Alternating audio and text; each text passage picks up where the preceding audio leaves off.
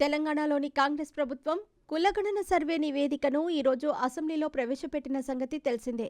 అయితే కులగణన నివేదిక బయటకు వచ్చినప్పటి నుంచి కాంగ్రెస్ సర్కార్పై ప్రతిపక్షాలు విమర్శలు గుప్పిస్తున్నాయి.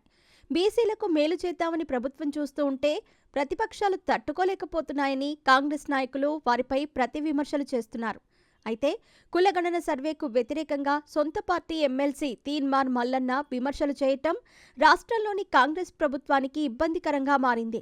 ప్రతిపక్ష పార్టీలు కూడా తీన్మార్ మల్లన్న చేస్తున్న కామెంట్స్తో రాష్ట్ర ప్రభుత్వం విమర్శల దాడిని మరింతగా పెంచుతున్నాయి. బిజీగా గడుపుతున్న లైఫ్ లో చిన్న బ్రేక్ తీసుకుని ఎంజాయ్ చేయాలి అనుకుంటున్నారా? అయితే వెంటనే ఆర్వీ వెకేషన్స్ ప్రైవేట్ లిమిటెడ్ ని సంప్రదించండి. మరిన్ని డీటెయిల్స్ కోసం సంప్రదించండి 7997979960.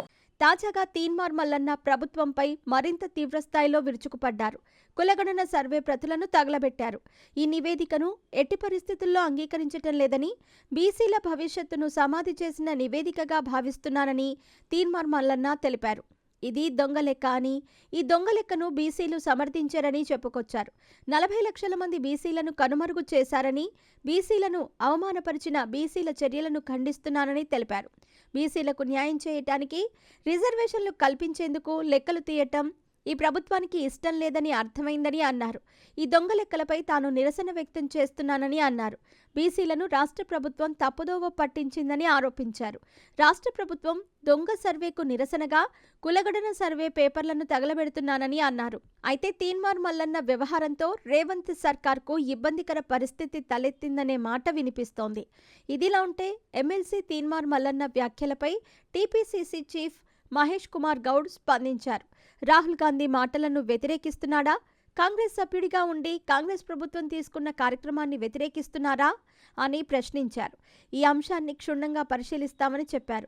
కాంగ్రెస్ పార్టీలో క్రమశిక్షణ అనేది చాలా అవసరమని, ఎంతటి వారైనా క్రమశిక్షణను ఉల్లంఘిస్తే తగిన చర్యలు ఉంటాయని హెచ్చరించారు. మరోవైపు ఎమ్మెల్సీగా తీన్మార్ మల్లన్న గెలుపు కోసం కాంగ్రెస్ పార్టీ నాయకులు, కార్యకర్తలు పనిచేశారని ఆ పార్టీ నేతలు చెబుతున్నారు. అలాంటిది తీన్మార్ మల్లన్న ఇలాంటి వ్యాఖ్యలు చేయడం సరికాదని అంటున్నారు. తీన్మార్ మల్లన్నపై కాంగ్రెస్ అధిష్టానం చర్యలు తీసుకోవాలని కోరుతున్నారు. ఈ క్రమంలోనే ఎమ్మెల్సీ తీన్మార్ మల్లన్నపై క్రమశిక్షణ చర్యలకు టీపీసీసీ సిద్ధమవుతున్న సంకేతాలు కనిపిస్తున్నాయి. రేపో మాపో ఎమ్మెల్సీ తీన్మార్ మల్లన్నకు షోకాజ్ నోటీసులు ఇవ్వాలని టీపీసీసీ క్రమశిక్షణ కమిటీ నిర్ణయించినట్టు వార్తలు వస్తున్నాయి.